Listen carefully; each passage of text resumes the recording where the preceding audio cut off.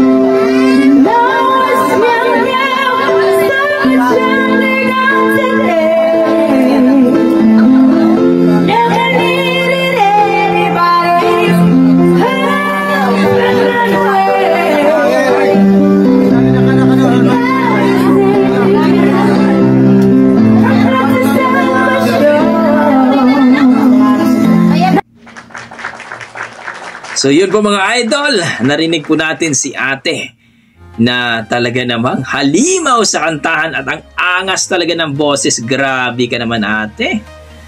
Huwag nyo kasing painumin. Kasi pag nakainom talaga ang ating mga iba dyan na mahiyain, pero pagdating sa kantahan, pag nakainom yan ay sigurado hindi na magpapaawat yan. Yan po si ate, hindi na nagpapaawat sa kanyang talento. Yan ang ating mga dugong Pinoy mga idol pagdating po sa kantahan, halimaw talaga yan. So kayo dyan mga idol, anong masasabi nyo sa kanyang performance? Na-amaze ba kayo? Nagustuhan nyo ba? Please comment down below mga idol para ating pag-usapan. Yan ang ating mga dugong Pinoy, halimaw sa kantahan. God bless mga idol.